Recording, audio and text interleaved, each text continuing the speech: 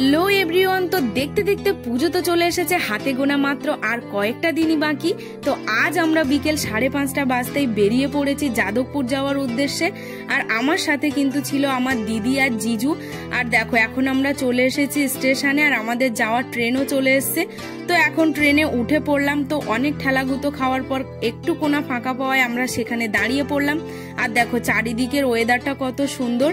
তো এখন চলে এসেছি যাদবপুর স্টেশনে, নেমে সেখান থেকে আমরা এখন ভেতরের দিকে চলে যাচ্ছি। আর এখানে আসলে যেটা আমার চোখে পড়ে প্রথম সেটা হলো কানের। আর এখানে ভালো ভালো কানের ছিল, বেশ কম দামও ছিল। তো এখান থেকে আমি অনেকগুলো কানের নিয়ে নিয়েছি, যেটার মধ্যে আমি একটা পরেও নিয়েছি। আর এখানে দেখো বেশ ভালো ভালো কাপ, তারপরে তোমার অনেক জিনিস ছিল। আর এগুলো দেখলেই আমার মনে পড়ে যায় ছোটবেলার কথা। আর এখানে দেখো বিক্রি হচ্ছিল 150 টাকা করে কুর্তি। তো এখানে ভালো ভালো কুর্তি ছিল, যার মধ্যে আমি একটা কুর্তি নিয়ে নিয়েছি। আর এখন চলে এসেছি আমি ব্লাউজের দোকানে। আর এই ব্লাউজগুলো 60 টাকা করে বলছিল, বেশ ভালো ব্লাউজ ছিল। আর এখন দেখো আমি নিয়ে নিয়েছি এখান থেকে একটা আংটি, যে আংটিটা আমার বেশ ভালো লেগেছে। আর এখানে আমি চলে এসেছি এখন একটু হেয়ার ব্যান্ড দেখতে, যেটা আমি একটু মাথায় দিয়ে দেখছিলাম কেমন লাগে দেখতে।